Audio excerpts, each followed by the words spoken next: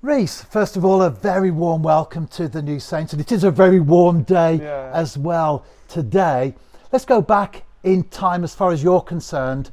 You were born in Denmark, although you're English, your parents are English. You were born in Denmark. Yeah, a new one. It is a new one. So my dad was working out there, so it's a bit of a, when people ask me, oh, where you're from, where you're born, Denmark, so normally a wild shout, because it's not the, round here, like especially, there's not many Danish like culture or stuff like that, so it's definitely a new one. So yeah, it's a wild shout for when people ask me where I'm born, so yeah, it's good. And the reason you were in Denmark is your dad's been involved in football for many years. He was a goalkeeper. You're a keeper as well. Was that also an instrumental part in your development? Yeah, definitely. So when I was growing up, the reason I wanted to be a keeper was to become like what my dad was to become as well. So it was like diving around in the mud on a Saturday, waking up in the morning, wanting to get literally soaked through and get all muddy. But yeah, the first part of why I went in goal was because of my dad, watching him play and stuff like that. So yeah, it was always a plan for me to go in goal, really.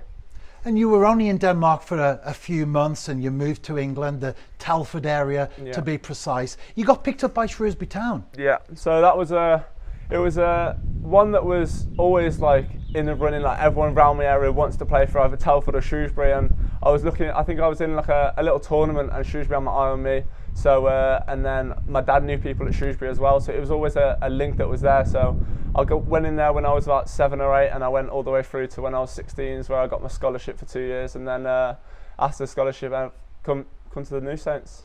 And although you were very young when you got picked up by the Shrews, did you still have that dream at that time that one day you would be a professional footballer, like your dad? Yeah, of course. So I always remember on like a Saturday or a Sunday when I used to have games, I used to watch the match of the day in the morning and then go to my games. So I'll watch as many football matches as possible, and then seeing him play in front of big crowds and stuff like that. It's always something you want to do. So yeah, it's more just the love of the game, really. I've got that from when I was a very little boy, so yeah, it was always the dream to become a professional footballer. And you played a lot of games for Shrewsbury through the academy setup. Any in particular that come to mind? Oh, so the first one that comes to mind is when I think we drew 2-2 with Man City when I was a bit younger, and the training ground, was a brand new training ground. Everyone wanted to go there, and we managed to get 11v11 against their big boys as well. So a few big players were playing and looking out onto the Etihad and everything like that. It was magical.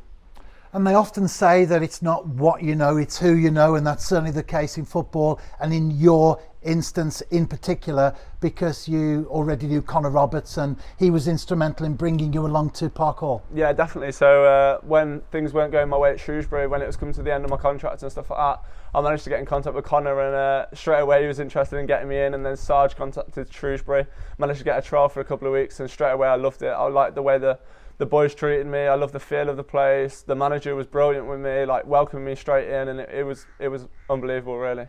Well, I was going to ask you how's it going, but I think you just answered that one there. But that is important, isn't it, as a young player especially, to feel comfortable at the place where you are? Yeah, definitely. I think for me personally, I always play better when I'm enjoying it, and over the last 2 weeks that we've been back, nearly 2 weeks now, as much as it's been tough, I've loved every second of it. Even when we're doing the runs, keepers don't like the running, but I seem to love it. I'm with all the boys. It's just a really good environment for me.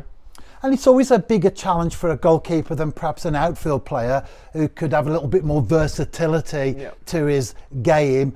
You're a keeper, you either play or you don't. There's a lot of hard work required. Yeah, definitely. So my plan for the season is literally just to push Connor. It's whatever helps the team at the end of the day, and I think for me training as hard as I can, hopefully I'll push Connor harder, and then Jack as well. So we work as there's 3 of us, and then Paul as well. So getting as much as I can out of training, pushing Connor, and then doing what I can for the team. So if the boys want to do extra shooting, I'll be in goal for it, pushing myself, pushing the other boys, and yeah, in the end of the day, it's all about the team winning games and getting the results. And prior to signing for the New Saints, as you have done, what did you know about Welsh football? I saw it on TV growing up, to be fair. So on my TV guide, the Welsh football always used to pop up on a Tuesday night or whatever, on a Saturday. So it'd always be there on the TV. So it's something I've always wanted to watch. I heard the Welsh commentary. I would always have to flick it into English, and I'd actually watch it, to be fair. Me and my little brother love football. We've always grew up watching football, so whatever football's on the TV we'd watch, and the Welsh football always used to stand out because it's on the second page of my TV. So I'd always get on the channels and watch the Welsh football. So I wouldn't say I have a massive insight into it, but I used to watch it quite a lot. And away from the game, you still like sport because you're a very keen golfer. Yeah. I think I got into it after lockdown, so it was like the second lockdown. I got into it, so I got a big field behind my house. I was just chipping golf balls about, and I've grown to love it. So most days off, I'll get down the golf course, my local golf course, and smash a few balls about. And one of the questions we always put to players in this scenario when we interview for them for the first time is that there is an initiation ceremony here at Park Hall. Don't worry, we're not going to do anything now and put you on the spot, but there will be a time when you have to stand in front of the other players and sing a song. What are we likely to hear from you? It's a tough one. I'll probably sing something like football-y, so it'll probably be like One Kiss.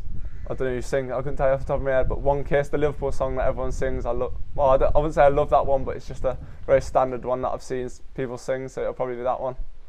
Reece, I've certainly enjoyed our little chat today, and I look forward to more during the course of the upcoming season. But again, from every one of us at the New Saints, a very warm welcome to Park Hall. Thank you very much.